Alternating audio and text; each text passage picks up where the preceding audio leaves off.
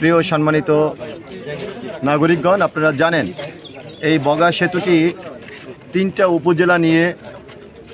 উপজেলার প্রায় 20 লক্ষ মানুষ এই সেতুটির জন্য অপেক্ষা করতেছে। আমরা বিশ্বাস করি জনাব তারেক রহমানের হাতে, সেতু মন্ত্রীর হাতে এই সেতুটি ইনশাল্লাহ সাকসেসফুলের জায়গায় যাবে ইনশাল্লাহ।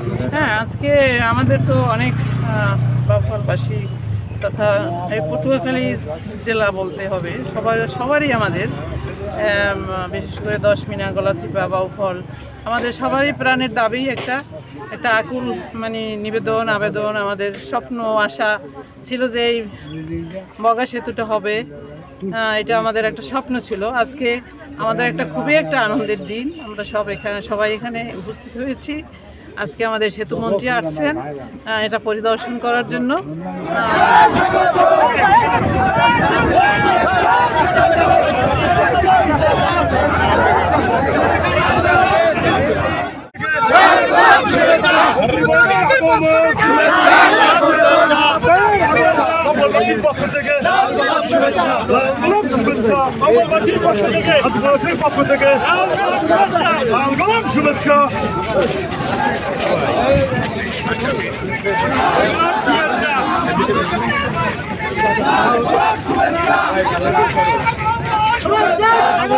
আমরা ইনশাল্লাহ ব্যাপক প্রস্তুতি এখানে আসছি আমাদের এই বগা সেতু বাস্তবায়নের জন্য। আমাদের এমপি মহোদয় সাবেক এমপি জননেতা জনাব মোহাম্মদ শহীদুল আলম তালুকদার এর নেতৃত্বে আমরা এখানে যে সেতু মন্ত্রীর কাছে আমাদের আবেদন থাকবে অচিরেই খুব শীঘ্রই যেন বগা সেতু আমাদের বাস্তবায়ন হয়। এই বাস্তবায়নের জন্য আমরা এখানে আসা, বাস্তবায়নের দাবি। আচ্ছা, আপনি যদি একটু বলতেন যে সেতুমন্ত্রী আসার পিছনে আমরা দেখেছি সামাজিক যোগাযোগ মাধ্যমে আপনার বোধহয় অবগত রয়েছেন যে 71 টেলিভিশনের প্রচারিত একটি সংবাদ যে শিশুটির আবেদন কি পৌঁছাবে প্রধানমন্ত্রীর কাছে। তো সেই জায়গা থেকে প্রধানমন্ত্রীর দৃষ্টিগোচর হওয়ার পরে তিনি সেতুমন্ত্রীকে নির্দেশনা দিয়েছেন এখানে আসার জন্য। তো এই বিষয়টি কীভাবে দেখছেন? ধন্যবাদ মাননীয় প্রধানমন্ত্রী জননেতা তারেক রহমানকে।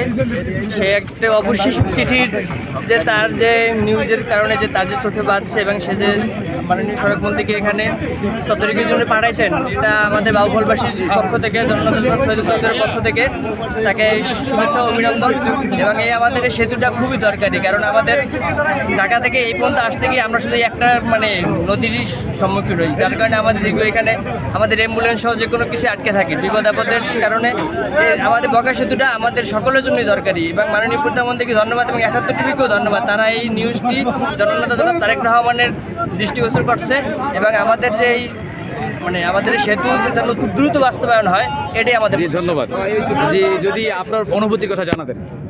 আসলে দীর্ঘ 18 বছর আপনারা জানেন যে একটি সরকার ক্ষমতায় থাকা সত্ত্বেও তাদের সুযোগ ছিল এখানে একটি উন্নত মানের একটি সেতু তৈরি করার, কিন্তু আমরা দুঃখজনক হলো সত্য যে গত ফ্যাসিস্ট যে গভর্নমেন্ট ছিল তাদের হাতে সুযোগ থাকা সত্ত্বেও সেটা হয়নি। এখন বিএনপি গভর্নমেন্ট কয়েক মাস হয়েছে, এই কয়েক মাসের ভিতরে মাননীয় সেতুমন্ত্রী আসছেন এবং একটি উদ্যোগ নিচ্ছেন। আমরা আনন্দিত এবং এখানে বিভিন্ন সংগঠন উপস্থিত হয়েছে, বিভিন্ন সুশীল সমাজ, সাংবাদিক সহ এই ছাত্র জনতার ব্যাপক অংশগ্রহণে এখানে মাননীয় মন্ত্রীকে আমরা স্বাগত জানাচ্ছি এবং আশাবাদী মাননীয় মন্ত্রী আমাদেরকে একটি কথা দিয়ে তারপরে যাবেন এবং এই সেতু অতি শীঘ্রই বিএনপি গভর্নমেন্ট থাকা অবস্থায় বাস্তবায়ন হবে ইনশাআল্লাহ।